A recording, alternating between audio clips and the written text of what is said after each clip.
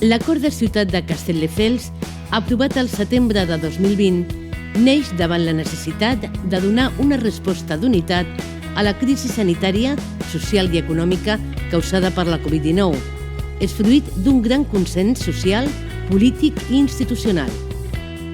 Aquest treball participatiu va donar com a fruit un full de ruta local, elaborat des de la cocreació i el pluralisme i basat en un context de postpandèmia i els grans projectes del mandat municipal. PIMEC, com a agent econòmic i social, troba de forma molt positiva l'acord de ciutat creat per aconseguir una ciutat més igualitària i cohesionada socialment.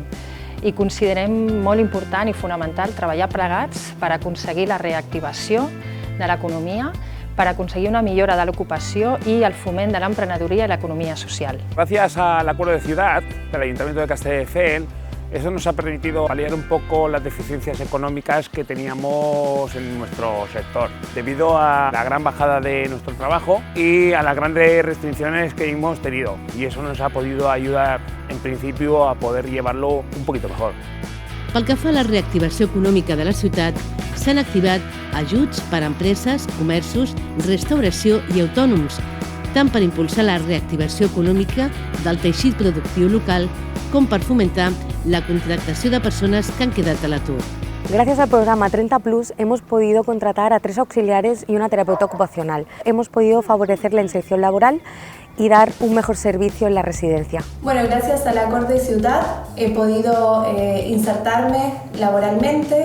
Actualmente estoy desempeñando mi rol en la residencia Las Gavinas de Castelldefels. Así que estoy muy agradecida por esta oportunidad laboral que me permite crecer y desarrollarme profesionalmente. D'altra banda, la campanya Sí a que activem Castelldefels ha activat uns bons de compra per valor de 20 euros per gastar directament a establiments de la ciutat.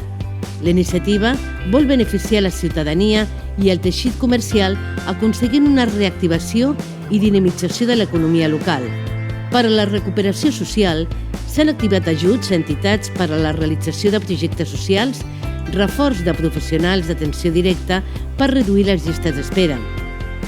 També s'ha reforçat l'oficina local d'habitatge, amb un servei antidesnonaments i una futura línia d'ajuts al lloguer que veurà la llum properament. Doncs gràcies a l'acord de ciutat, des de Ventijol podrem atendre a més famílies amb situació de risc i de vulnerabilitat social. I a més, també podrem per primera vegada treballar amb els docents dels instituts.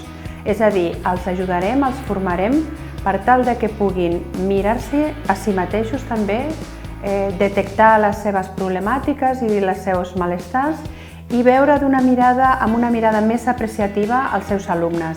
L'acord de ciutat ha donat també un nou impuls a la governança intel·ligent i la comunicació digital, la formació i els recursos a la ciutadania per reduir la bretxa digital, així com la transformació digital d'entitats, empreses, comerços y profesionals.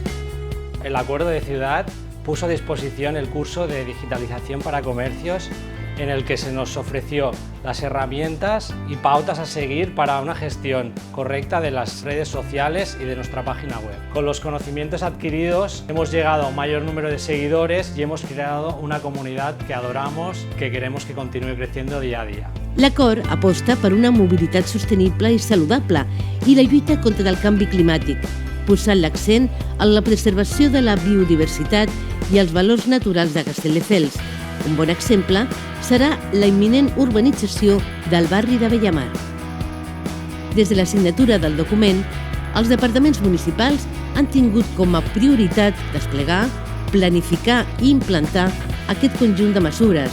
A tal fi, al setembre de 2020 ja es van activar diferents modificacions de crèdit al pressupost municipal que van permetre donar un potent impuls a l'acord de ciutat de Castelldefels.